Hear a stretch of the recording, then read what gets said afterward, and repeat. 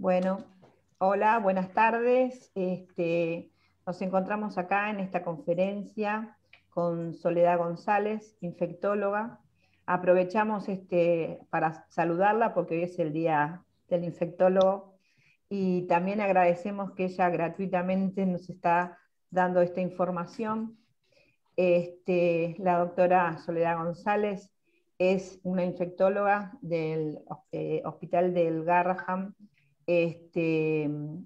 especialista en infectología infantil y además asesora del ministro de Salud en el área de vacunas y también de tratamientos para enfermos con coronavirus. Creo que es importantísimo su participación, ya que ella está en la trinchera y está conociendo día a día lo que está pasando en nuestra provincia de Buenos Aires. Así que agradecemos tu participación. Un poco les quiero contar cómo surgió este tema. Surge de todas las dudas que llegan a los colegios, de qué vacunas se tienen que dar, por qué hay distintas clases de vacuna, qué efectos producen cada vacuna, y también la necesidad de ser vacunados, porque al principio hubo muchas dudas, y por qué el odontólogo, que está ahí a 40 centímetros del paciente, se tiene que vacunar, ya sea por la responsabilidad que tiene hacia su persona, hacia su familia, hacia el paciente y hacia la población. Así que te agradecemos y creo que va a ser muy interesante tu conferencia. ¿Y quién más que puede hablar de este tema que alguien que está con las vacunas todos los días? Bueno, ahora le doy la palabra al Distrito 2, que quiere Nahuel. Buenas tardes, ¿cómo andan? Bueno, agradecer obviamente la deferencia de Soledad González de participar, de aceptar la invitación nuestra, para que sepan que desde los 4 colegios urbanos estamos muy activos en lo que es la campaña de vacunación. Estuvimos desde un principio colaborando con la difusión y la presentación de la vacunación, una herramienta más para protegernos de la atención. Así que para nosotros creo que como órgano colegiado, miembro de OELA, es muy importante este tipo de congregación y actuar conjuntamente de los 4 colegios del conurbano en una acción que a veces nos sucede a nosotros, que es brindar información justa y necesaria. A veces la información nos supera y mal informamos, por eso es que convocamos a la sociedad para que tenga mano en esto, ir al fino y poder evacuar bastante. Ya nuevamente agradezco la participación de todos. Soy la palabra Mirta, la presidenta del Distrito 3. Bueno, gracias. Buenas tardes a todos.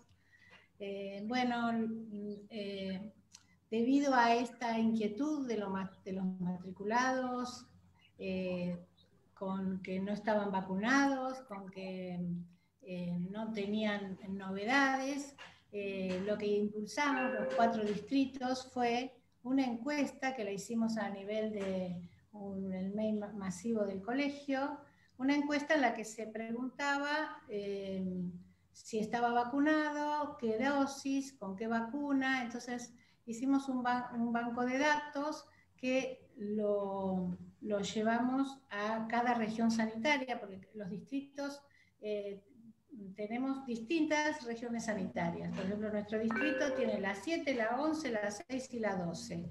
Entonces nos comunicamos con cada región sanitaria y le pasamos, y lo estamos haciendo semanalmente porque las inquietudes siguen, para saber quién está vacunado, quién no y cómo podemos ayudar. Bueno, le paso la palabra a Marian del Distrito 4. Gracias, Mirta. Bueno, desde el distrito, antes que todo, saludar a Soledad y agradecerle que en su día, por la predisposición para colaborar con nosotros. Sí, de nuestro distrito también, junto con el distrito 1, 2 y 3, enviamos también el formulario con las preguntas pertinentes respecto a vacunación a región 5ª y 7ª, que es la que se ocupa de nuestro distrito. Y la verdad es que obtuvimos muy buena respuesta tanto de los colegas como de región 5ª, tanto para llenar el formulario como de región 5ª para evacuar las dudas. Y bueno, más que nada las dudas eran respecto a la gestión de los turnos, también a los tipos de vacunas, a la aplicación y demás, por lo que este espacio me parece fundamental para poder justamente evacuar todas estas dudas que hayan quedado y ayudar a los colegas en la gestión de los turnos, a los que falten, y bueno, y justamente a evacuar todas las dudas que hayan quedado. Sí me parece importante también recalcar la unión de todos los colegios del AMBA, que somos los distritos 1, 2, 3 y 4, porque me parece que trabajar en forma mancomunada es la forma más efectiva y como conseguimos mejores y más resultados. Entonces, está bueno este espacio en el que justamente estamos mostrando unidad entre todos los distritos del AMBA y bueno, más que nada para resolver las problemáticas diarias del colega, del matriculado, que es la función de nuestros colegios. Bueno, no les quito más tiempo. También a los tipos de vacuna, como nada, escuchaba retorno, perdón, no les quito más tiempo y bueno, cuando quieran arrancamos. Soledad. Muchísimas gracias por la invitación, gracias por sus saludos. Bueno, espero que les sea útil y les ayude a resolver las dudas que tienen al respecto. Y obviamente después de la presentación, todas las preguntas que surjan, que hayan quedado sin responder, las vamos a abordar. Voy a compartirles pantalla.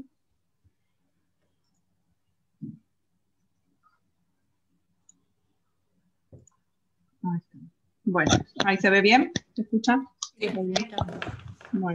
Bueno, como me presentaba Marta, bueno, yo soy Soledad González, soy médica pediatra infectóloga, formada en el Hospital Garrahan tanto para pediatría como en infectología. Actualmente me desempeño en el Ministerio de Salud como asesor en el equipo del ministro, específicamente en lo que es vacunas. Obviamente que vacunas COVID este año se ha llevado toda la atención en inmunoprevenibles y también al margen de tratamientos COVID, pero no es el tema de hoy.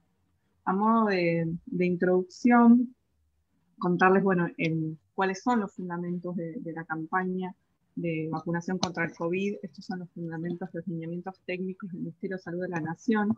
Cuáles son los objetivos principales, el objetivo principal, y a raíz de entender este objetivo se desprenden muchas de las decisiones que se fueron tomando a lo largo del inicio de la campaña, que comenzó, como ustedes saben, el 29 de diciembre, fue el día de la primera vacunación. El objetivo principal, y es la recomendación de la Organización Mundial de la Salud, incorporar las vacunas contra el COVID-19 con el objetivo de disminuir la mortalidad en la primera instancia. Y obviamente esto aparejado trae lograr disminuir el impacto socioeconómico que ocasiona el COVID, en este caso en nuestro país, pero obviamente en todo el mundo. Como ustedes saben, la campaña contra COVID en nuestro país y en el mundo está principalmente marcada o limitada a algún punto por la disponibilidad de las dosis. Ustedes saben que no es algo, es una problemática a nivel mundial. En nuestro país, la verdad es que si bien ha habido demoras y dificultades, estamos teniendo de a poco cada vez una disponibilidad mayor de dosis, lo cual nos está permitiendo avanzar en este escalonamiento que se ha establecido. Es un orden gradual en función de los grupos de riesgo, porque obviamente no se puede, ni por la disponibilidad ni por la capacidad operativa, vacunar al 100% de la población objetivo en un mismo momento.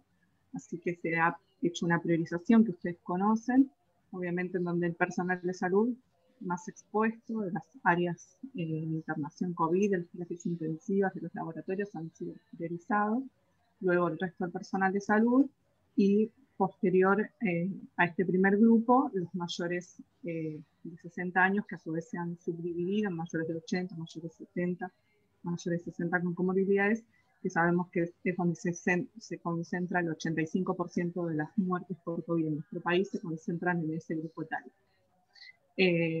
Así que tomando estas variables, de cuál es el riesgo de enfermedad graves y complicaciones, exposición que principalmente de personal de salud, personal estratégico y también personal de seguridad, y luego se ha incorporado, como ustedes saben, docentes, ha generado y se han ido armando estos lineamientos y estas recomendaciones de las campañas de vacunación que, como ustedes saben, han sido dinámicas y hemos ido modificando. Después de estos dos objetivos principales, el tercero es reducir la transmisión de la infección en la comunidad. Pero esto, obviamente, ya al reducir las infecciones sintomáticas, hay un impacto en la transmisión. Después, uno de los últimos puntos es mostrarles cuáles son los datos que existen ya sobre transmisión, pero recordar que el objetivo principal y más urgente es la mortalidad. Ahí es donde se apunta la estrategia principal, y en un segundo momento, al reducir las infecciones sintomáticas, reducimos la transmisión. Pero, como ustedes saben, con las modificaciones que hemos hecho de la estrategia, con el ahora haber priorizado una dosis desde marzo, estamos apuntando principalmente al punto número 2, la morbilidad y mortalidad. De todas formas, tenemos datos muy buenos de que también la aplicación de una dosis reduce la transmisión y tiene un impacto en las infecciones, tanto sintomáticas como asintomáticas. Bueno, esto es una estrategia que, como saben, en la provincia de Buenos Aires, bueno, tenemos casi el 40% de la población del país, lo cual hace que tenga muchas particularidades nuestra campaña. Son 135 municipios donde, bueno, la densidad poblacional es muy distinta, y bueno, ha sido un desafío para la provincia la instalación y llevar a cabo esta campaña de vacunación, que creemos, si bien ha tenido obviamente algunas dificultades, más que nada en cuestión del suministro de vacunas, la verdad es que estamos avanzando y logrando de a poco los objetivos establecidos. Obviamente las metas siempre es llegar al 100% de las distintas poblaciones, o al menos el 95%, y poder completar los esquemas que en este caso están desfasados la segunda dosis, pero que ya estamos empezando a completar la segunda dosis de aquellos que han recibido Sinopharm o aquellos que están llegando ya a los 3 meses con alguna de las otras 2 vacunas. Bueno, los grupos prioritarios un poco ya los comentamos, ya los conocen. Esto es algo que sí, lo que ha habido cambios es dentro del grupo de 18 a 59 años, los grupos de riesgo, los factores de riesgo que se han considerado para priorizar. Esto sí se ha ido modificando y se modifica todo el tiempo, incluso hubo una modificación la semana pasada. De inicio eran solamente diabetes, obesidad, enfermedad cardiovascular, enfermedad renal crónica y enfermedad respiratoria, que son los primeros, pero con distintas actualizaciones, y esto hace la revisión de la evidencia en la Comisión Nacional de Inmunizaciones, y de ahí se generan las distintas actualizaciones. A su vez, la provincia también tiene una comisión provincial de vacunas, y hemos hecho algunas incorporaciones y algunas modificaciones previas a las recomendaciones de Nación, porque bueno, también tenemos ciertas poblaciones vulnerables particulares en la provincia o con una mayor incidencia, y hemos hecho algunas incorporaciones antes. Las últimas comorbilidades que se han incorporado: cirrosis hepática, las personas inmunocomprometidas, ya sea porque conviven con el virus del HIV, independientemente del recuerdo C4 y del nivel de carga viral, es una de las incorporaciones de los meses y medio aproximadamente. Y en ese momento también se incorporaron pacientes en lista de espera para trasplante de órganos sólidos o trasplantado de órganos sólidos. En realidad en la provincia también incluimos en lista de espera de trasplante de médula, y los pacientes oncológicos con enfermedad activa o desde que hayan finalizado la quimioterapia en el periodo de 1 año. Acá también se incluyen aquellos pacientes oncológicos con diagnóstico reciente que estén previos a iniciar la quimioterapia, y el objetivo es poder vacunarlos antes de iniciar la quimioterapia para que puedan montar una respuesta inmune más efectiva que si uno los vacuna intratratamiento. En el caso de que esto no sea posible, se pueden de todas formas vacunar bajo quimioterapia, eligiendo el momento, porque bueno, aquellas quimioterapias que son muy aplaciantes se recomienda esperar cuando la médula tiene signos de recuperación, y esto es algo que, bueno, que es más dinámico. Pero nosotros, bueno, ya los habíamos incorporado hace aproximadamente también un mes y medio. Y la incorporación más nueva es personas con discapacidad. Inicialmente se habían incorporado aquellas personas con discapacidad intelectual que residan en algún tipo de institución, pero después se amplió a cualquier tipo de discapacidad, sea intelectual, sea motriz o sensitiva, y independientemente de que residan en una institución o no.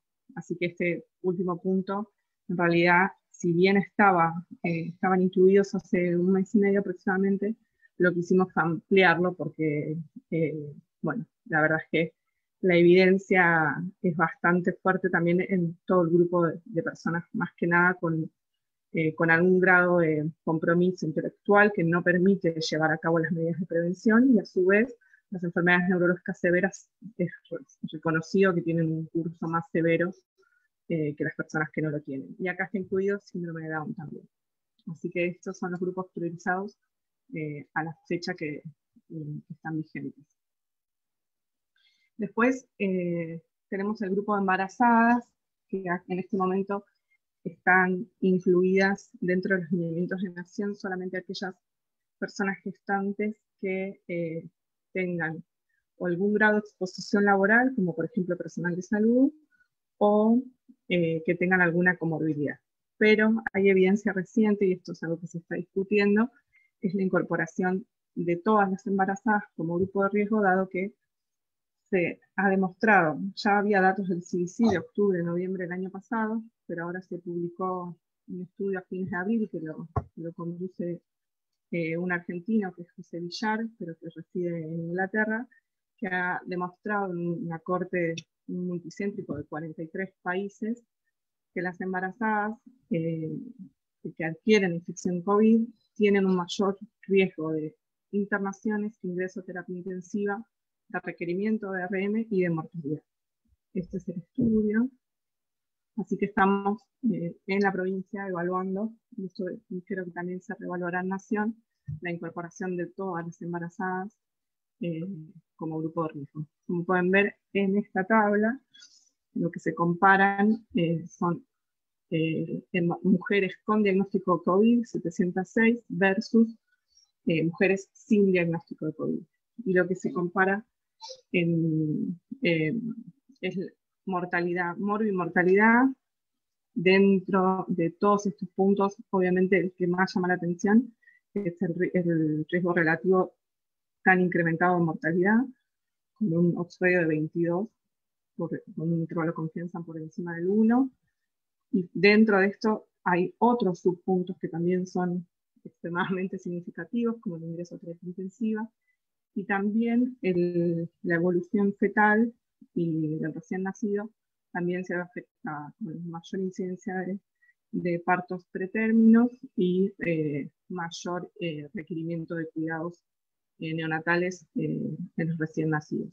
Así que esto, bueno, es una información que se está viendo recientemente, y probablemente sea también una modificación en los grupos que consideran. De todos modos, en este momento se está priorizando dentro de las embarazadas aquellas con comorbilidades, que sabemos que dentro de este grupo es el que tiene mayor riesgo aún.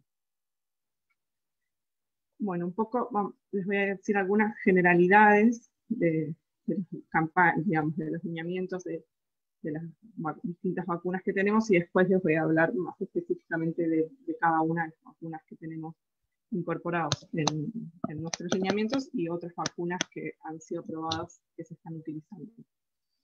Las contraindicaciones actuales, también esto se ha ido modificando. Al principio teníamos contraindicaciones más amplias, y ahora cada vez que se va teniendo más conocimiento y más datos de seguridad y más datos de eficacia, se van modificando.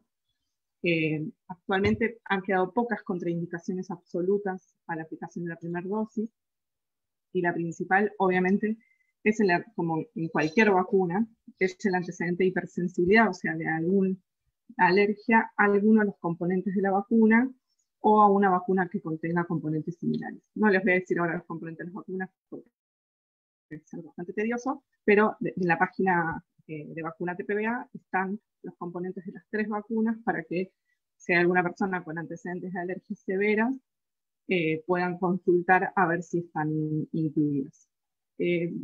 Los primeros datos de anafilaxia severa se vieron con las vacunas ARN, que nosotros no tenemos ninguna disponible, más que nada en relación con un componente en particular, que es el polietilenglicol, que tampoco ninguna de nuestras vacunas lo tiene actualmente, pero sí hay un componente que se llama sorbitol que está en la vacuna AstraZeneca y Sputnik. Así que en ese caso, estas personas que tienen algunos de estos antecedentes no podrían recibir las vacunas con los componentes a las cuales son alérgicos. Y después, por ahora, ninguna de nuestras 3 vacunas está aprobada en menores de 18 años. Sí, no sé si han leído, pero en estos días sí hubo modificaciones con respecto a la vacuna de Pfizer, que ha sido aprobada por la FDA para adolescentes entre 12 y 17 años. Así que esto ya ha sido incorporado en las recomendaciones de Estados Unidos y de Canadá. Pero esto por ahora, de nuestras vacunas, Sinopharm sí ha hecho estudios de fase 1 y fase 2 en niños entre 3 y 17 años, que son datos que todavía no han sido difundidos. Sputnik no... Perdón, Soledad, sí. Soledad, ¿te podrás acercar un poquito al micrófono? Porque sí. te escuchamos bajito. ¿Ahí mejor? Sí. ¿Ahí mejor? Sí, sí, gracias. Ahí está, ahí me acerqué un poquito más. Bueno, con respecto a ensayos en niños, Sputnik ha anunciado, bueno, el Instituto Gamaleya, que iba a iniciar en adolescentes, pero todavía tampoco tenemos datos al respecto de eso, y AstraZeneca ya había iniciado en febrero estudios en niños, pero por los temas de seguridad respecto al aumento de incidencia de trombos, ese estudio por ahora está suspendido. Así que por ahora de las vacunas que tenemos, Sinopharm sería la que estaría más adelantada en cuanto al uso en niños. De todas formas, por ahora no es una prioridad la vacunación, avanzar en la vacunación pediátrica, considerando que aún nos queda por delante muchísima población por vacunar.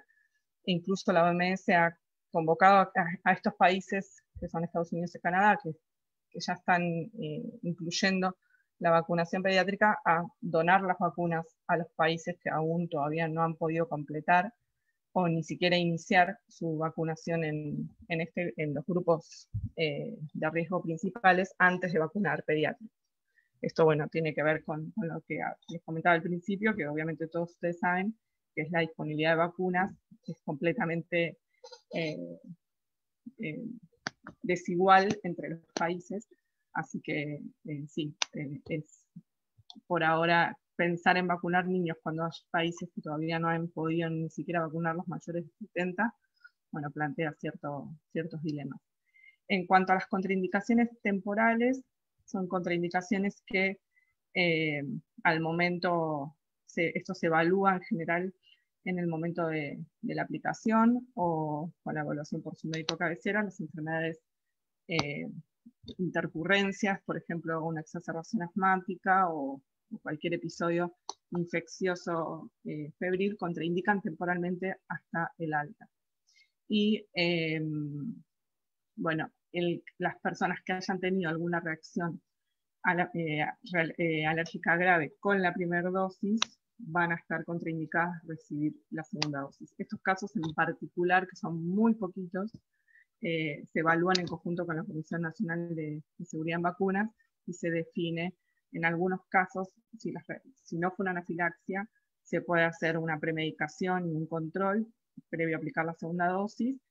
En general, si es una anafilaxia, se contraindica completamente, después queda en algunos por definir si se quedan con una sola dosis o si se vacuna con otra vacuna. Por ahora no hay datos de que se puedan intercambiar, así que eso es lo que por ahora en general quedan con la primera dosis y nada más. Después, a ver, ¿qué pasa? Los otros motivos para demorar no son contraindicaciones, sino que hay que demorar la vacunación. Es uno, obviamente, la coadministración con otras vacunas. No hay datos, ninguno de los estudios de fase 3 ha analizado la coadministración con otras vacunas, así que lo que se recomienda es separarlos. Esto era inicialmente 4 semanas, ahora se bajó a 14 días, perdón que no lo actualicé, y esto es una pregunta muy frecuente con respecto a antigripal. En los grupos de riesgo, específicamente los mayores de 60 años que todavía no están vacunados, se les recomienda esperar a tener su turno de vacuna COVID y luego de la vacuna COVID aplicarse el antigripal, por el riesgo de que se aplique el antigripal y les llegue el turno de COVID, que es muy probable porque ya estamos casi finalizando con ese grupo etario. En cambio, personal de salud, que en su mayoría ya se vacunó hace varios meses, en este momento ya se pueden vacunar tranquilamente con antigripal. Y después aquellos recuperados que hayan tenido infección por COVID y han requerido tratamiento con plasma convaleciente, con fluoroquino o con anticuerpos monoclonales, en este caso la vacunación se tiene que posponer por 3 meses. Y en el caso de la infección por COVID, ¿qué es lo que pasa? Se debe posponer, obviamente por criterios epidemiológicos, porque una persona cursando una infección por COVID debe estar aislada, al igual que los contactos estrechos también deben cumplir el aislamiento y posteriormente pueden recibir la vacuna. En el caso de los COVID confirmados, a ver si lo tengo acá, en algún punto se dudaba si se tenían que vacunar o no, en realidad no, o sea, el que la persona haya tenido COVID previo no le exime de vacunarse. Lo que sí hemos, y tenemos datos propios también, es que probablemente no sean necesarias las 2 dosis, todavía esto no se modificó, pero es algo que se está analizando. Nosotros tenemos, ahora les voy a mostrar, a partir de un estudio que hemos hecho con la doctora Gamarni, con el CONICET, con la UNLP, datos de que las personas que han tenido infección previa, al recibir una dosis, tienen una respuesta inmune igual a las personas que no tuvieron infección previa y tienen 2 dosis. Incluso con títulos mayores que las personas que tienen el esquema de vacunación completo. Así que lo que sí se definió en los lineamientos de Nación es el diferimiento de la primera dosis. O sea, ya que el riesgo de reinfección post el episodio de infección aguda entre los 3 a 6 meses es muy bajo, en este escenario de poder mejorar el acceso a las vacunas y priorizar a aquellos con mayor riesgo, tienen en realidad un riesgo menor versus una persona que no se ha infectado, por eso se plantea el diferimiento. La verdad que en provincia estamos ofreciendo igual de todas formas, dado que con la dificultad de los turnos y demás, ofrecemos de todas formas, en el momento que la persona acceda al turno, le ofrecemos de todas formas la primera dosis. Pero bueno, estos son los datos que les comentaba. Esto es el grupo el grupo 1, son aquellos que no tienen, esto se hizo en todos hospitales de la provincia de Buenos Aires, en mayoría es personal de salud, donde está un grupo que no tiene anticuerpos basales, o sea que al momento 0 no tiene ningún anticuerpo, y el grupo 2, que fueron 22 personas que tenían distintos grados de anticuerpos por infecciones previas. Cuando se les aplica la primera dosis, ven como el grupo 1 tiene una distribución de títulos de anticuerpos bastante heterogénea. En cambio, el grupo 2 están todos acá arriba, todos con títulos por encima de 3.200, estos de IgG anti-spike y del COVIDAR. Tienen todos una respuesta muy homogénea, con títulos muy altos, y que cuando se les aplica la segunda dosis, que es este grupito, ven que no se modifica mucho. Entonces, una de las hipótesis que ya se ha presentado en otros estudios es que las personas con infección previa, como tienen ya una inmunidad celular montada, la exposición ante una dosis es suficiente para generar, fíjense que la misma respuesta, o incluso mejor, que aquellos que han recibido 2 dosis y no han tenido infección. Esto por ahora no se ha modificado, pero algunos países ya lo han incorporado, de solamente darles una dosis a aquellos con infección previa. España lo ha incorporado, por ejemplo. Lo mismo sucede con los anticuerpos neutralizantes. Lo mismo. Tienen títulos mayores y ya con una dosis alcanzan títulos mayores o superiores a aquellos que tienen 2 dosis y sin infección previa. Estos son otros datos en este mismo sentido. Estos son los nuestros. Estos son con la vacuna de Pfizer, que es una corte retrospectiva de 109 personas, donde de vuelta lo que ven, comparan una sola dosis versus 2 dosis que no habían tenido infección previa, y ven que el título de anticuerpos es de 10 a 20 veces mayor. Y esto es en personal de salud, que de vuelta hacen lo mismo, anti-spike y anticuerpos neutralizantes, con Pfizer o con Moderna, un N más chiquito, 59, pero fíjense, bueno, el nuestro es de los más grandes. Todos coinciden en que el aumento de los títulos en este grupo de personas previamente infectados es mucho más rápido y mucho más alto. Por ahora eso no se ha modificado, pero es algo que se está evaluando modificar. Ahora sí les voy a hablar más específicamente de cada una de las vacunas para ver las particularidades y comparar con otras.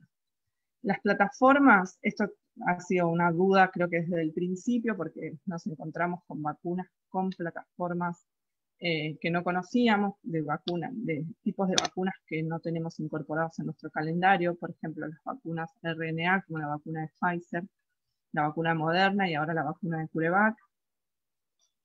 También las vacunas a vectores virales, que en realidad nosotros no las conocíamos tanto, que no forman parte del calendario, pero sí son tecnologías que ya se estaban utilizando hace más de 20 años.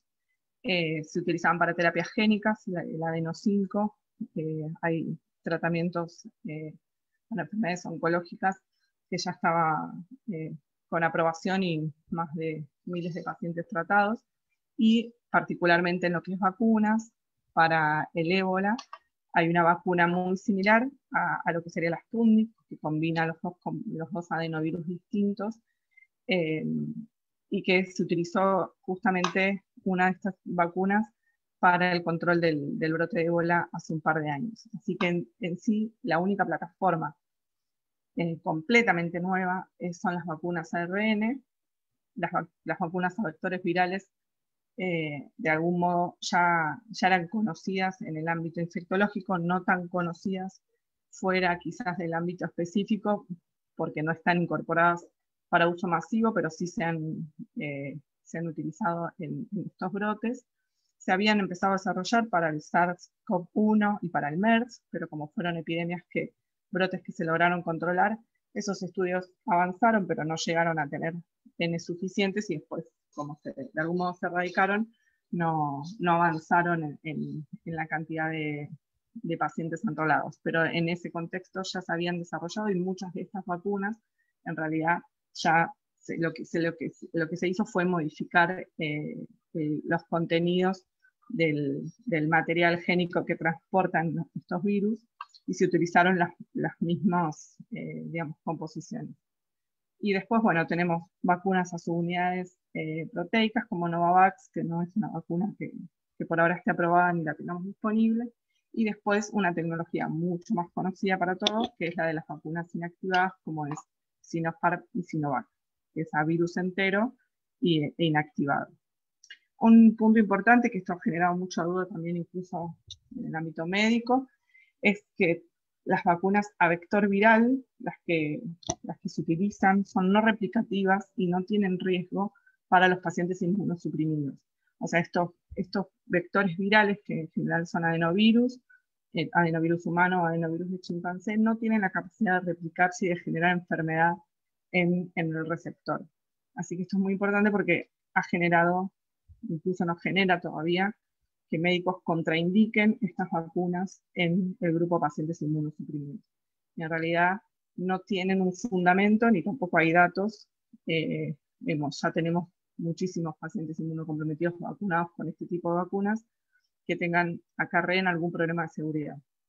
Solamente el vector viral lo que hace es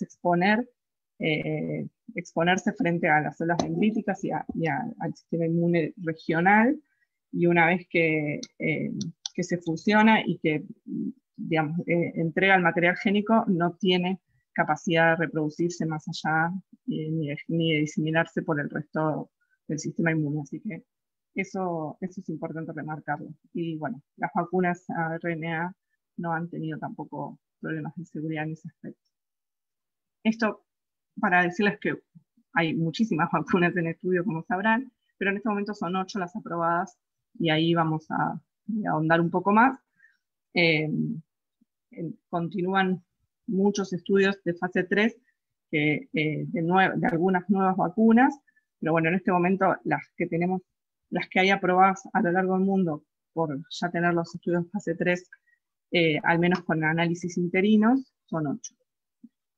Las que tenemos en nuestro país, si bien parecen 4, son 3, porque como sabrán, Covishield y AstraZeneca es la misma composición, es la misma fórmula, así que esto no significa que sean intercambiables, sino que es la misma vacuna, solamente que AstraZeneca hizo un convenio con el laboratorio de la India para producirlo y se le cambió el nombre, pero es exactamente el mismo adenovirus, la misma composición, la misma formulación.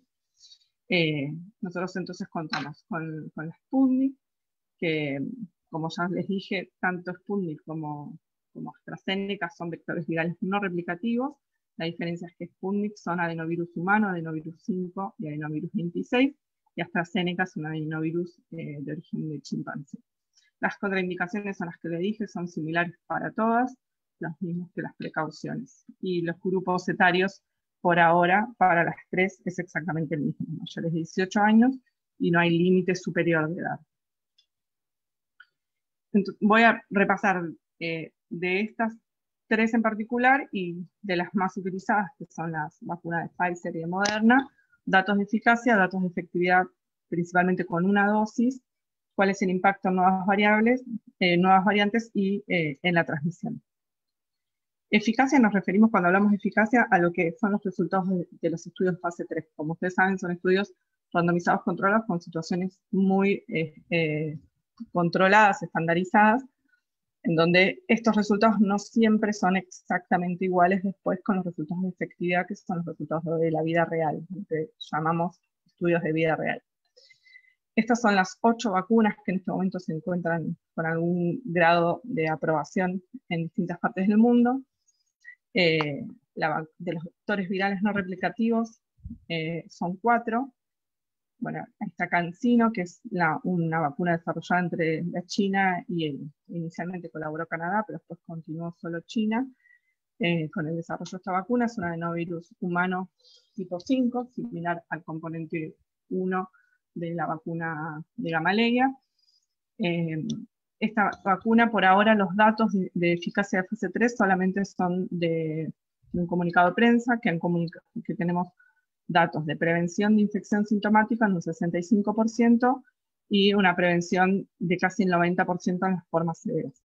Esto es también algo que a veces genera confusión, que cuando hablamos de eficacia o efectividad, ¿a qué nos estamos refiriendo? Es importante aclarar que el outcome primario de todos los estudios de fase 3 ha sido la infección sintomática, o sea, cuánto es la incidencia en el grupo vacunado y en el grupo control de infecciones con síntomas con hisopado positivo.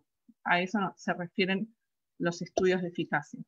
Pero después van a ver que cuando hablamos más que nada de los estudios de vida real, uno presta mucha atención a la efectividad en la prevención de las formas graves que conllevan internación y conllevan muerte. Después, en la fase 3 son muy pocos los estudios, en realidad solamente AstraZeneca incluyó el análisis de la infección asintomática. Por eso en un primer momento se dudaba si tenían impacto en la transmisión o no, porque en realidad ninguno de los estudios había incluido el hisopado sistemático en aquellos que no tenían síntomas. A AstraZeneca no le habían dado muy bien esos resultados, pero después los estudios de vida real sí han demostrado un impacto a la transmisión, que eso después les muestro que eso tiene que ver con las infecciones asintomáticas, aquellas que se detectan solamente por los hisopados rutinarios, que esto es algo común en Estados Unidos y de ahí surgen bastantes datos que se hacen semanalmente a personal de salud expuesto, tengan o no tengan síntomas, y de ahí surgen datos del impacto en la transmisión. Pero en la fase 3 siempre hablamos de infección sintomática. Bueno, respecto a AstraZeneca, que es un adenovirus de chimpancé, como les dije, inicialmente, bueno, este esquema quedó mal, porque en realidad ese fue el esquema inicial planteado por el laboratorio de 0 a 28 días, el intervalo interdosis, pero después, les voy a mostrar los datos, Inglaterra define una estrategia, es el primer país que implementa el diferimiento de la segunda dosis a los 3 meses, y ellos, en realidad, Inglaterra lo demuestra, y a su vez un análisis posterior que se hace de los 4 ensayos clínicos de fase 3 que llevó a cabo AstraZeneca, en donde un grupo de pacientes enrolados había recibido la segunda dosis en distintos intervalos por distintos motivos, no era lo planificado por el protocolo, y en donde ven que en realidad, cuán más alejada está la segunda dosis de la primera, la respuesta y la efectividad es mayor. Esto tiene que ver con la memoria inmunológica y con la capacidad que tienen los linfocitos de memoria de mejorar esa respuesta inmune cuando hay un intervalo más amplio. Incluso algunas vacunas que habían planteado intervalos más cortos, cuando hicieron la fase 2, por ejemplo, uno de los ejemplos es la Covaxin, que había planeado 0 a 14 días, un intervalo tan junto, en realidad termina siendo contraproducente. Entonces, varias de las vacunas fueron modificando los intervalos, y bueno, AstraZeneca es el ejemplo clave en que el diferimiento de la segunda dosis que adopta Reino Unido en realidad tiene un correlato y tiene un mayor grado de efectividad. Incluso la OMS, cuando saca la aprobación de uso de emergencia de AstraZeneca, directamente recomienda ya el intervalo entre 8 y 12 o más de 12, pero no entre 4 y 8, que era el intervalo inicial planificado por el laboratorio. Bueno, Gamaleya, que es la Sputnik, que tiene los 2 adenovirus humanos. Inicialmente también el esquema era 0.21, ahora ellos han publicado no, en realidad han difundido datos sobre la Sputnik Light, que es una sola dosis, con datos muy buenos en cuanto a eficacia, que obviamente son inferiores hasta el 91%, son cercanos al 80%, con una alta efectividad en la prevención de las formas graves.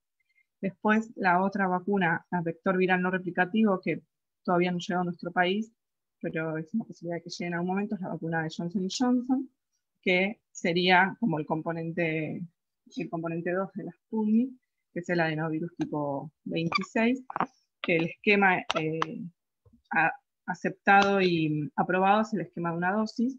Tuvieron también ellos la evaluación de un esquema con una segunda dosis, por eso ahí tengo 0.56, pero en realidad la aprobación es con una dosis, donde tiene una eficacia similar a CanSino, que también es una dosis, con 66% de prevención de infección sintomática. En cuanto a las inactivadas, tenemos Sinovac y Sinopharm. Sinovac, bueno, que es la que se está utilizando ampliamente en Chile y en Brasil, que también tiene un intervalo muy cortito, y esto también, bueno, el CDC chino ha evaluado que quizás tengan que modificarlo, y ellos tienen una eficacia del 50% en la prevención de las infecciones sintomáticas, aunque es variable en función de dónde se realizó el estudio.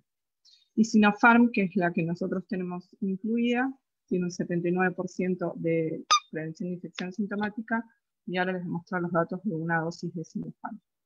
Y ARN mensajero, que nosotros no tenemos disponible ninguna por ahora, que es Moderna y Pfizer, son vacunas, la verdad, que han demostrado ser altamente eficaces y que incluso han revolucionado un poco el paradigma de las vacunas, porque son vacunas que tienen una capacidad de ser desarrolladas en poco tiempo y de producción muy rápida, a diferencia de las vacunas de vectores virales que quizás demoran un poco más en el desarrollo por tener digamos, la manipulación del virus en el medio.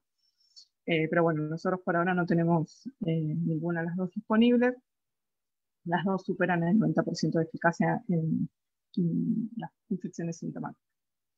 Ahora, de estos datos, que son los datos de fase 3 y de los ensayos controlados, les voy a mostrar un poco de los datos de vida real, excepto el primero, que es lo que les estaba comentando, que es en realidad un análisis posterior de AstraZeneca, que se hace a partir de los 4 ensayos clínicos, y es del dato donde surge que la eficacia es mayor cuando el intervalo es mayor, como ven, 4 a 8 semanas, 55%, 9 a 12 semanas, 69%, y más de 12 semanas, 81% de eficacia, y para formas graves, internaciones y muertes, 100%. Esto en realidad es un análisis de eficacia.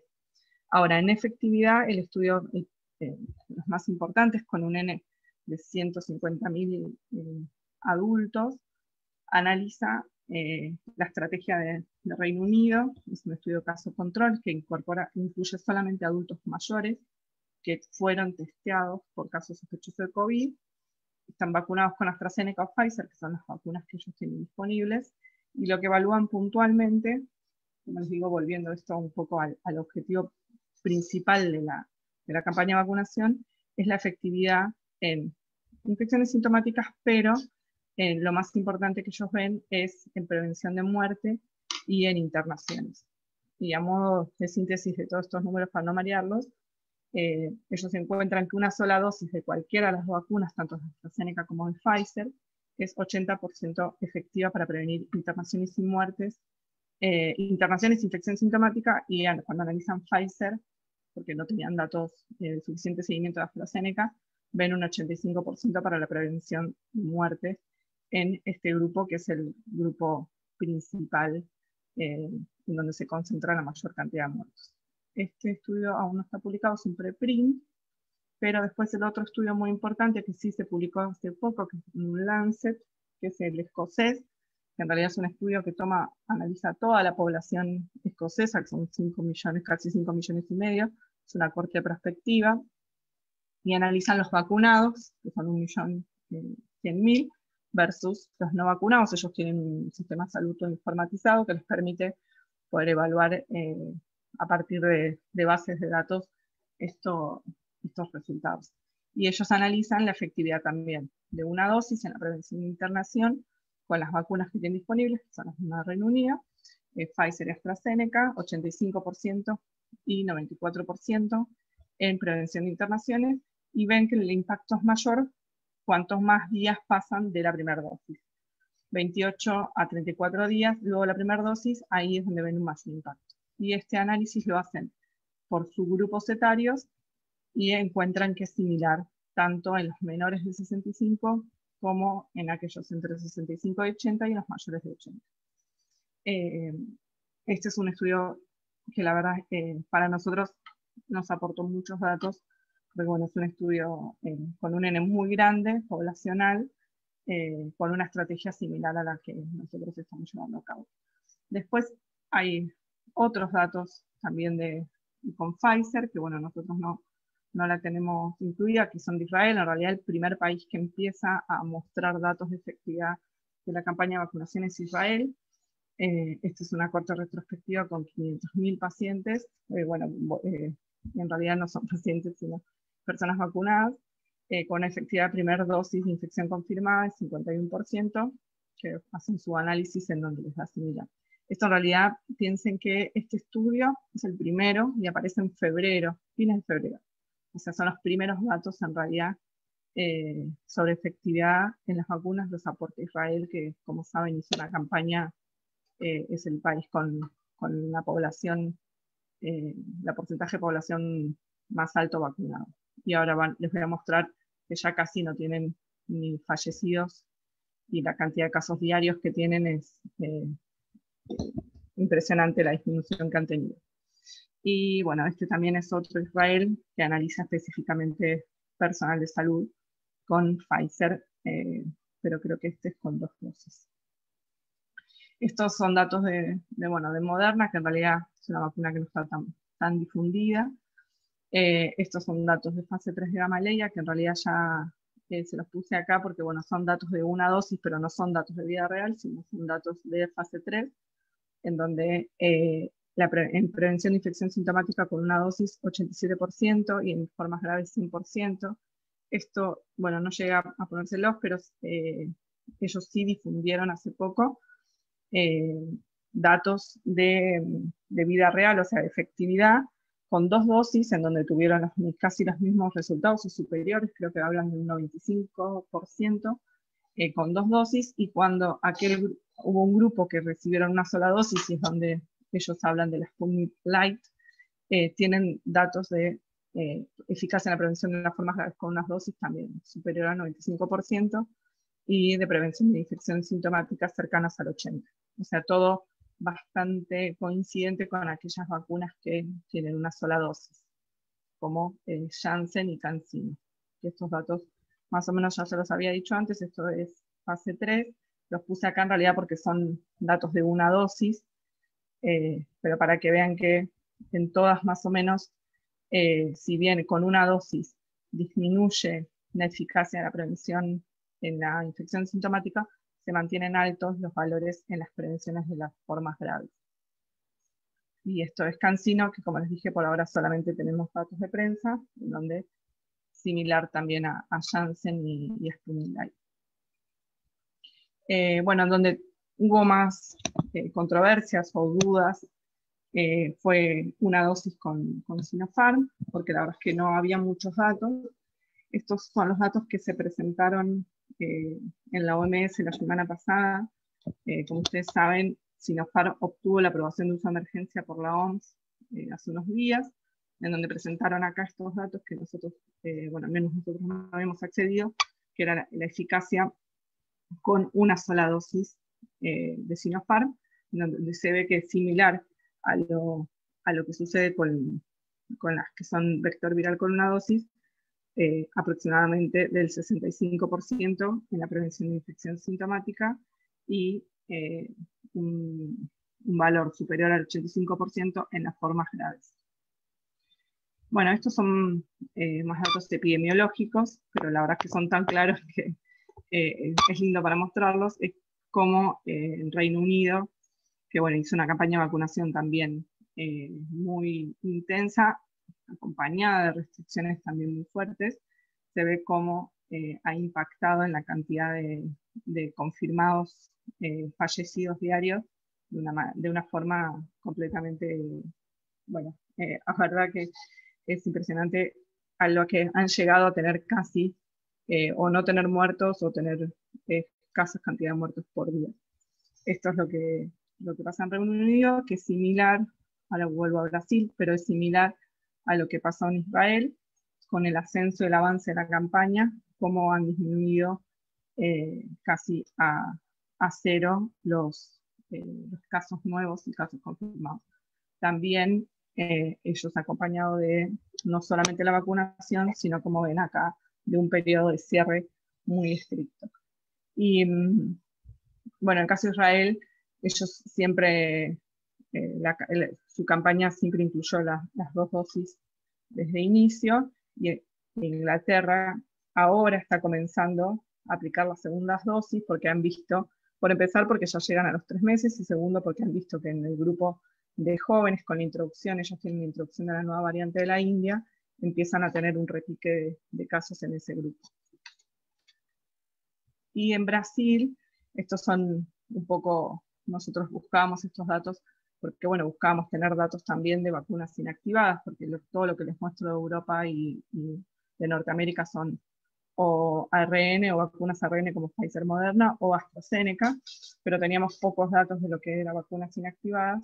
Bueno, Brasil, que en su mayoría vacunado con Sinovac, también mostró hace un mes y un poquito más cómo disminuyó la mortalidad en los grupos mayores de 80 y mayores de 90, que fueron los primeros en vacunarse. Esto ya se los mostré.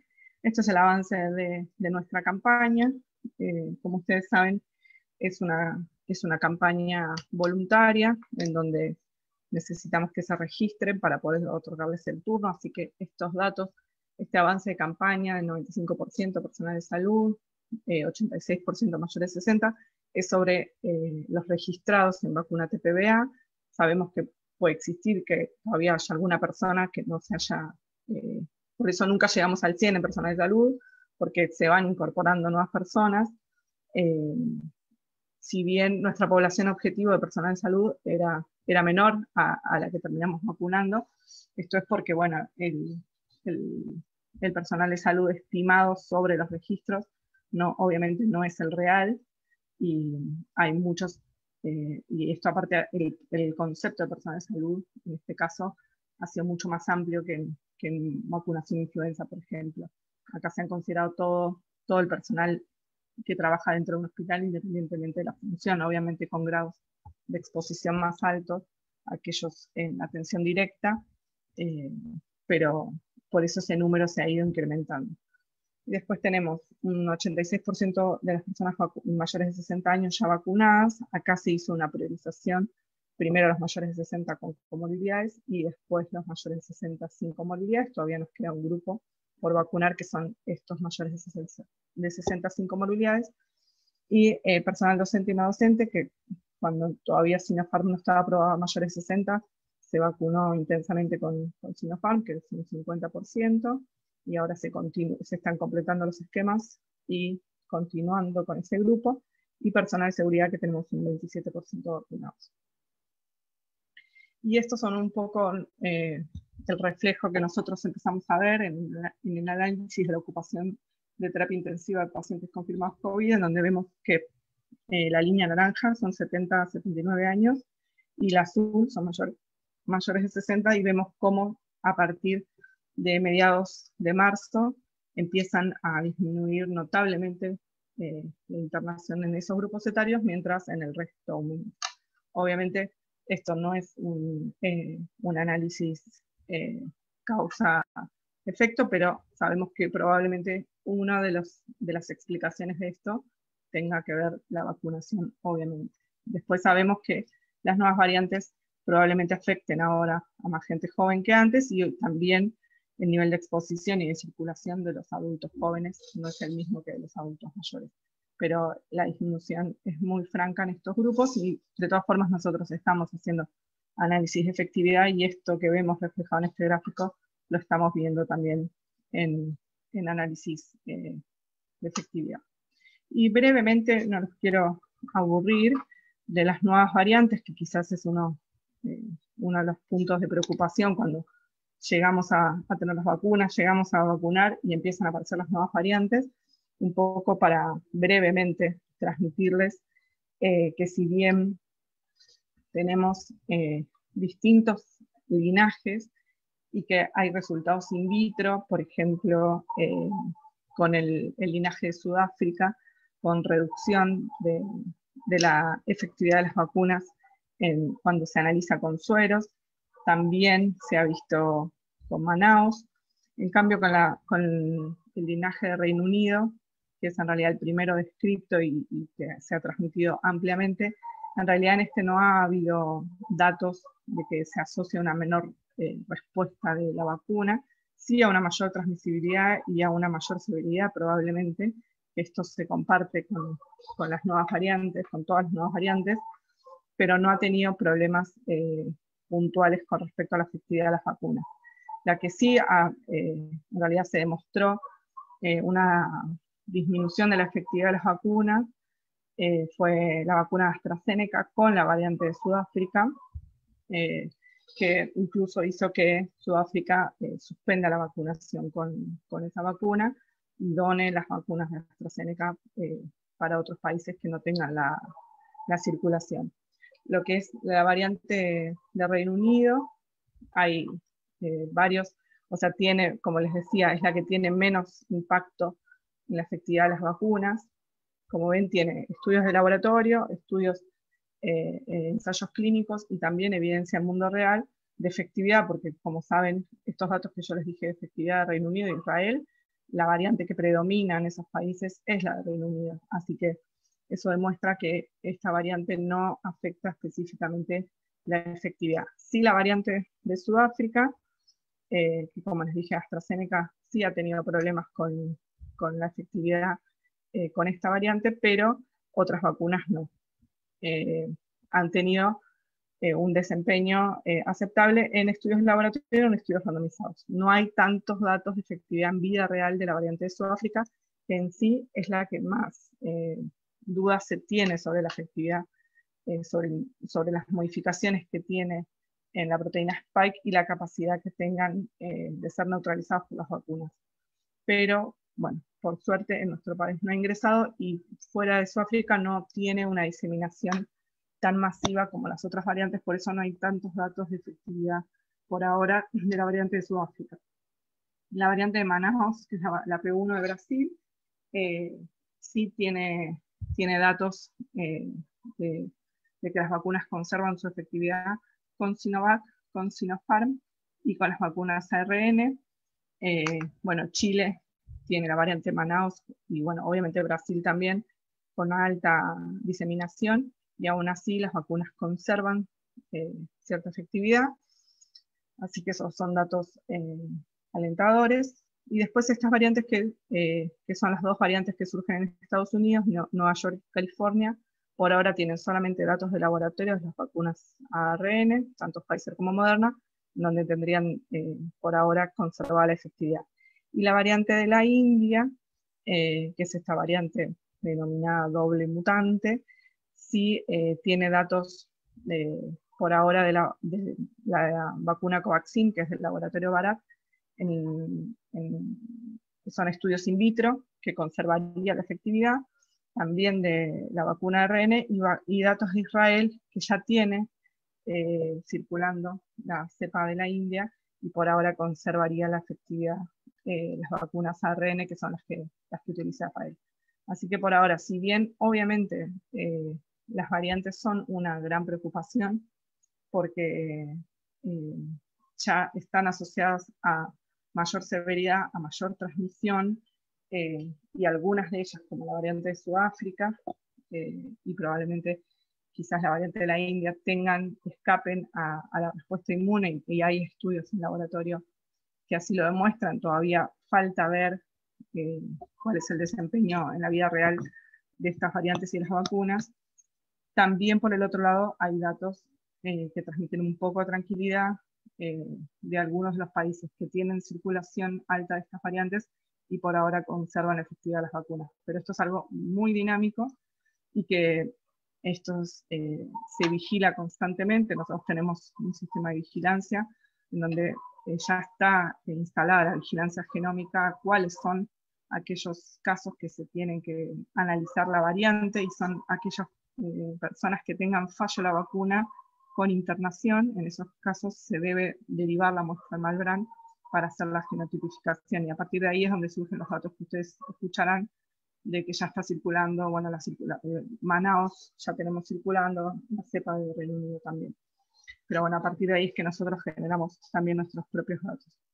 Y lo último que les quería decir es, aparte de la transmisión, que esto es algo que al inicio estaba en discusión, si efectivamente las vacunas tenían algún impacto en la posibilidad de evitar la transmisión, que sería como el objetivo 3 de la campaña de vacunación, que es intentar cortar la cadena de contagios con las vacunas.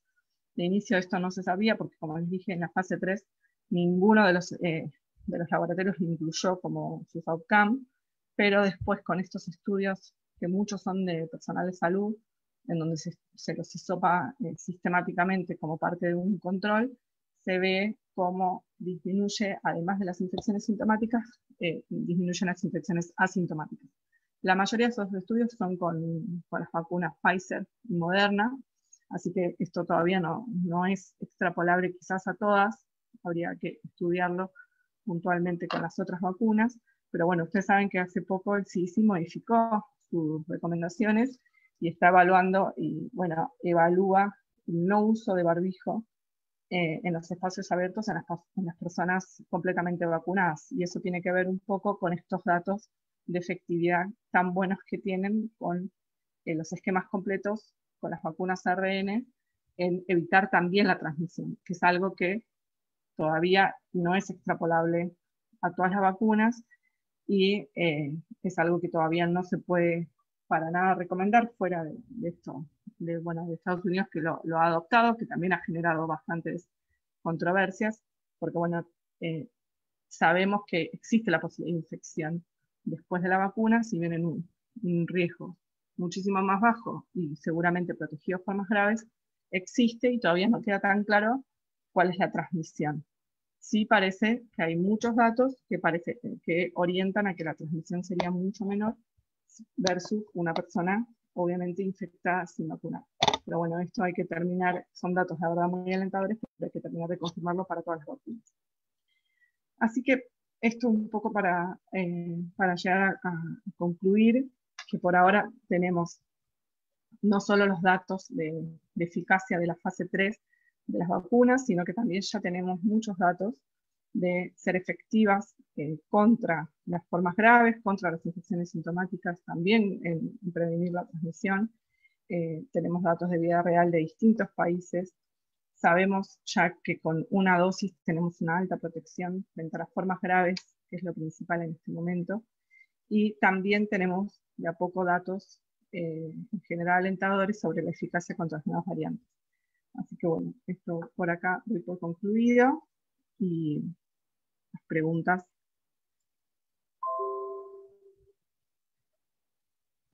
Bueno, Soledad, te habla Mirta.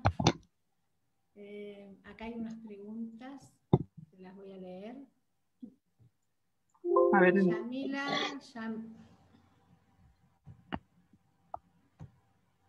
¿me escuchás bien?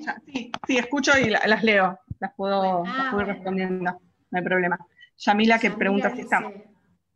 Está amamantando, ¿me puedo vacunar? Sí, no hay ninguna. A ver, en el caso de tener indicación por ser grupo de riesgo, o sea, por exposición laboral, infiero que son todos personal de salud, si bien no hay datos, no ha habido problemas de seguridad reportados y se recomienda, en el caso de tener la vacuna indicada por grupo de riesgo o por exposición, en el periodo de lactancia, vacunar, no hay problema. Eso al principio existía una contraindicación, por eso seguramente preguntará Yamila, pero eso ya les diría que hace más de 2 o 3 meses que esa contraindicación se suspendió, y en la mayoría, en todos los países, incluso la Sociedad Internacional de Obstetricia y Ginecología recomienda la vacunación en las embarazadas, independientemente del grupo de riesgo, y también en las mujeres amamantando, porque el riesgo parecería incrementado incluso después del embarazo en el puerperio. Así que sí, si tenés turno, si te corresponde, hay que vacunarse, no hay problema. No hay riesgo con este tipo de vacunas. Si estás viendo las preguntas, más o menos sí. Son relacionadas. Tuve cesárea hace 20 días, ¿puedo vacunarme? Igual. La otra pregunta, ¿hay estudios sobre embarazadas? ¿Se recomienda la vacunación en algún trimestre? Hay estudios sobre embarazadas, sobre estudios de seguridad, me imagino que estarás preguntando. Los estudios sobre embarazadas que están publicados en general son de vacunas ARN, en donde no encontraron problemas de seguridad. Nosotros en nuestro sistema de vigilancia en seguridad de vacunas, de inicio cuando las embarazadas estaban contraindicadas, se hacía un seguimiento y no tuvimos ningún tipo de inconveniente. La contraindicación absoluta de vacunar a una embarazada es con las vacunas a virus vivo atenuado, como la triple viral o la vacuna varicela, que sí tienen virus con capacidad de replicarse. Estas vacunas que estamos utilizando son o inactivadas o vectores virales no replicativos, por ende, el riesgo teórico de que estas vacunas generen algún tipo de impacto en la salud fetal es despreciable, o sea, no existe. Por eso en la situación riesgo-beneficio es que nuestra Comisión Nacional de Inmunizaciones modificó esto que al inicio se contraindicaban y después se avaló la vacunación. Incluso ahora estamos en la etapa de rever si incluso no tenemos que vacunar a todas las embarazadas. Para que te quedes tranquila, estoy de 35 semanas yo y me vacuné, así que... Bueno, así que, acá hay otra pregunta. Me di las 2 dosis de Sputnik en enero y febrero. Me realicé el análisis de anticuerpos IgG y no presento anticuerpos. ¿Qué debo hacer? Te tenés que quedar tranquila, aunque sea difícil. Punto 1, no está recomendado el estudio serológico de rutina. Sabemos que es algo que se hace y se hace mucho en personal de salud, pero no está recomendado por varios motivos. Uno es que existen distintas metodologías que analizan distintos anticuerpos y no todos los anticuerpos que detectan los test son los anticuerpos que genera la vacunación. Eso por un lado. Después existen distintos test con distintas sensibilidades y entonces hay personas que tienen anticuerpos no dosables por un test y dosables por otro. Y por el otro lado es que existe la inmunidad celular. Entonces uno se hace un dosaje de anticuerpos y lo que está viendo es la producción de anticuerpos que está circulando. Pero eso no significa que tu organismo, que ya estuvo expuesto a 2 dosis, no tenga ninguna respuesta cuando se exponga nuevamente. Nosotros en la plataforma serológica que se trabajó con la doctora Marnik y con el equipo de CONICET, que se hicieron específicamente COVIDAR, dosaje de anti-spike por COVIDAR y después anticuerpos neutralizantes, con las 2 dosis el 100% obtuvo respuesta. Entonces nuestra recomendación es que estos estudios serológicos se tienen que hacer en contexto de estudios controlados por laboratorios de confianza y no como algo individual. No está recomendado e incluso nosotros sabemos que muchas de estas personas, que son pocas, pero existen, que tienen no dosable por un método, por otro método es dosable, o que es no dosable por 2 o 3 métodos, pero que tienen inmunidad celular. Inmunidad celular es algo que se hace solamente en contextos de estudios en laboratorios muy especializados. Así que nuestra recomendación, si bien es, sabemos que no va, la ansiedad a veces lleva a que todos quieran hacerse anticuerpos, es que no hay que hacerse anticuerpos ni hay que pensar en revacunarse en estas situaciones. La vacuna Sputnik es altamente inmunogénica. Incluso si uno se sigue vacunando, lo único que va a hacer es sumar efectos adversos. No va a tener ningún beneficio. Gracias. Acá hay otra pregunta. Si me di la primera dosis de la vacuna india, ¿cuándo me puedo dar la vacuna de AstraZeneca? Ya que la India no ingresa más acá. Es la misma, Covishield y AstraZeneca, si bien tienen nombres comerciales distintos, es como Ibupirac y bueno, ahora me sale otra marca, pero, sí. Pero son exactamente la misma composición y ni siquiera hablamos de intercambiables, es la misma vacuna, solamente que se envasó en un país distinto y le pusieron una marca distinta. Pero es la misma, el intervalo mínimo es 90 días, a partir de los 90 días cuando lleguen, creo que están por llegar ahora, en esta semana ya sí. Cantidades muy grandes de AstraZeneca, y con esas dosis de AstraZeneca se van a completar los que recibieron Covishield, que es lo mismo. Así que quédate tranquilo. Bien. Acá hay otra pregunta. Si luego de aplicada alguna de las dosis presento síntomas, ¿puedo seguir amamantando normalmente? ¿El bebé adquiere defensas a partir de la lactancia de madres vacunadas? Sí, no hay problema. A ver, son frecuentes la presencia de eventos adversos leves, en general más que nada con Sputnik y con AstraZeneca. No lo abordé el tema de eventos adversos porque ya demasiado, pero lo más frecuente es un síndrome gripal, o sea, la persona puede tener algún registro de fiebre, sentirse cansado, dolores musculares y demás. Eso no contraindica la lactancia para nada, y sí, ya se demostró que la vacunación a las mujeres en periodo de lactancia o la vacunación a las mujeres embarazadas, como en otras vacunas, generan anticuerpos que se transfieren al bebé. Todavía no hay estudios que demuestren cuánto previene la infección en los bebés, porque es mucho menor la incidencia en los niños, pero sí está claro que hay un pasaje de anticuerpos a los bebés. Bueno, aparentemente no hay más preguntas. A ver si no sé. No. Bueno. Yo quería hacer una pregunta, pero como no puedo escribir porque estoy con yeso, te perdonamos. Me perdonás, pero con respecto, bueno, acá hablamos de algo re importante que es la prevención, ¿no? De no enfermarte. Pero si hubo avances también, y yo sé que vos estás en algunos estudios sobre la medicación, una vez que ya se adquirió la enfermedad, si hubo avance en alguna medicación. En los tratamientos. En los tratamientos. Sí, bueno, nosotros en la provincia tenemos ya mucha experiencia con plasma convaleciente, hace más de un año que lo estamos utilizando, y con el tiempo fuimos, digamos, de algún modo, a partir de nuestros datos y de otros conocimientos, modificando las indicaciones. El plasma sería, ahora nos surge mucho de adultos mayores que tienen infección confirmada, que quizás recibieron una dosis, si reciben o no reciben plasma, por ejemplo, porque la recomendación en este momento es ofrecerles plasma de convalecientes a aquellos adultos mayores de 75 años que tienen riesgo de formas graves, porque se sabe que el plasma previene la infección, la evolución a las formas graves. Lo que estamos haciendo nosotros en aquellos vacunados es ver si tienen anticuerpos o no. Si no tienen anticuerpos, les pasamos plasma. Si tienen anticuerpos, esperamos, porque sabemos que la vacuna los va a proteger de las formas graves. El plasma era, digamos que era lo que teníamos cuando no estaba la vacuna.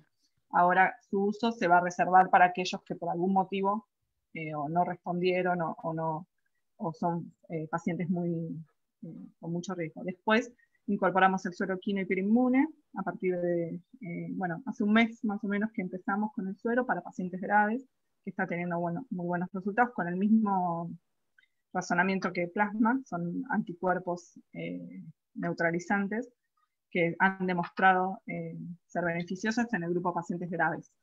Y estamos próximos a incorporar otro tratamiento que se llama tocilizumab, que es un inmunosupresor para las formas ya críticas, para aquellos que están en terapia intensiva. Por ahora, esos son los tratamientos sumados a los corticoides, que es el tratamiento que en sí ha demostrado modificar y reducir la mortalidad en los pacientes con oxígeno. O sea, cada uno de estos tratamientos tiene un momento específico en el cual se debe utilizar. No todos, esto es importante porque a veces nos preguntan, ¿infección confirmada? ¿Tomo corticoides?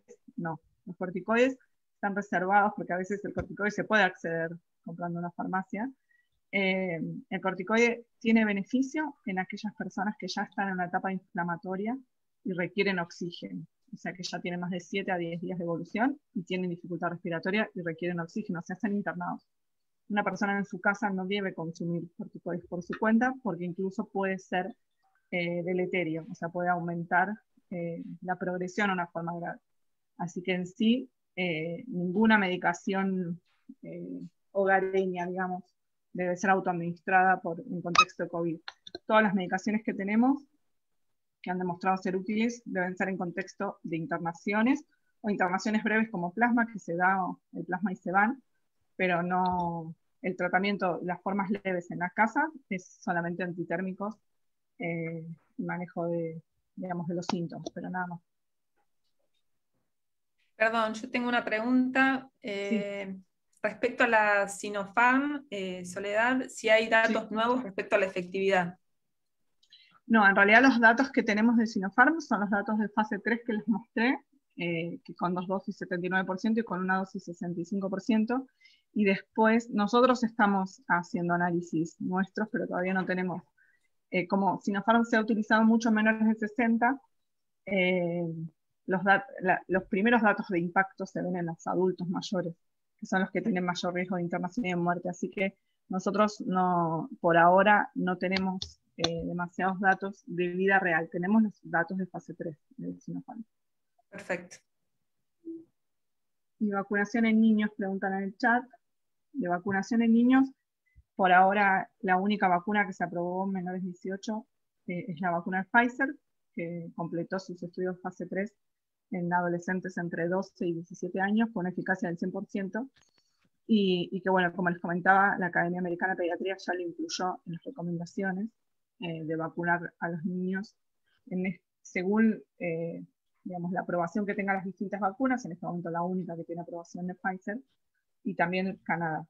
El resto de las vacunas, todas tienen planeado o iniciar o ya iniciaron estudios en niños, pero consideren que los estudios en niños implican evaluar dosis, o sea que vuelven a hacer fase 1 y fase 2 porque tienen que elegir la dosis, no es la misma dosis que adultos, y son estudios que requieren muchísimo, son mucho más estrictos, a diferencia, digamos, que también los estudios de adultos son estrictos, pero los de niños requieren para su aprobación muchísimos más requisitos que los de adultos. Por ahora, de la que Pfizer ha empezado entre 5 y 11 años y entre 6 meses y 5 años también. y después todas están avanzando igual en ese grupo. Pero por ahora, más allá que los datos, que las aprobaciones en Estados Unidos, ningún otro país, Estados Unidos y Canadá son los únicos que están utilizando niños. Juan Martín pregunta la posibilidad de transmisión. El tema de la transmisión, si bien hay datos bastante alentadores, lo que les decía es que tienen que tener en cuenta que son con vacunas, en su mayoría, todos los estudios que hay de transmisión son con Pfizer o con Moderna. Todavía no tenemos muchos datos con las tecnologías que tenemos nosotros, así que por ahora, si bien es algo alentador y pensamos y esperemos que vayan todas las vacunas en ese sentido, no todas las vacunas generan el mismo tipo de respuesta inmune. Con las vacunas ARN se sabe que producen anticuerpos a nivel del tracto respiratorio y por eso impactarían en disminuir la transmisión, pero todavía no lo sabemos de las otras. Así que no sabe. Suponemos que existe menor riesgo de contagiar a una persona si alguien vacunado se infecta, pero no podemos por ahora hacer ninguna modificación, porque bueno, nos empiezan a preguntar también si estoy vacunado y me expuse, si soy en contacto estrecho, si me tengo que aislar o no me tengo que aislar. Por ahora no hay diferenciación en el manejo de los contactos estrechos si la persona está completamente vacunada o no. Probablemente eso se vaya modificando y se modifique primero en personal de salud. Pero por ahora se sabe que existe un riesgo de transmisión si una persona vacunada se infecta. Probablemente menor a que si no está vacunada. Pero como todavía eso no está tan claro con nuestras vacunas, no podemos hacer una recomendación como la del CDC que ya liberó muchísimo.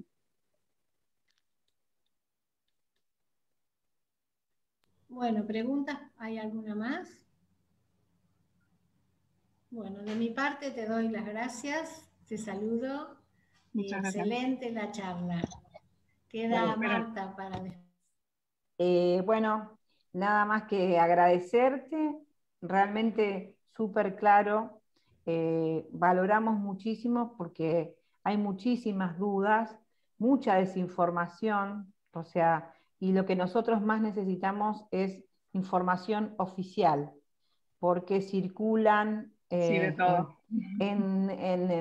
en todos los medios, en las redes, mucha confusión que hace que la gente tenga al principio mucho miedo de vacunarse. Nosotros nos pasó eso. Muchos colegas nuestros no se quisieron vacunar. Cuando empezó la fase 3, ya que estuvo aprobada, ahí vino como un aluvión, por eso nos quedó mucha gente sin vacunar, porque ahora están un poco más seguros. Pero bueno, es lógico, esto es nuevo para todos y nos genera mucha incertidumbre y mucho miedo. Por eso estoy segura que cuanto más información tengamos, más tranquilos nos vamos a quedar y creo que nos vamos a salir de esta pandemia en algún momento, ¿no? Así que sí, muchísimas gracias. Y también lo que quiero destacar, que para los que entraron más tarde, que bueno, este es un espacio donde estamos compartiendo los 4 distritos, el 1, 2, 3 y 4, que pertenecemos a la zona del AMBA, que es la más afectada con este virus, ¿no? Por la alta concentración de personas, por la circulación del virus, y a veces porque por ahí tampoco hay mucho cuidado, ¿no? Y en la parte preventiva que es importantísima, ¿no? Así que esto a nosotros nos ayuda muchísimo porque nosotros somos agentes multiplicadores y esto lo vamos a transmitir también para llevar un poco más de tranquilidad, también con la gran duda de por qué tengo que esperar 3 meses, eso también generó muchas dudas, y bueno, y vos acá nos trajiste tranquilidad y mucha información que nos hacía falta, así que feliz día, porque es el día, te lo vuelvo a decir. Gracias. Y un millón de gracias, y festejo esta unión de los 4 distritos, que somos los más sufridos, pero bueno, acá estamos. Gracias, Sole. No, por favor, muchas gracias. Gracias a todos los que participaron también Gracias a todos. del Zoom. Gracias.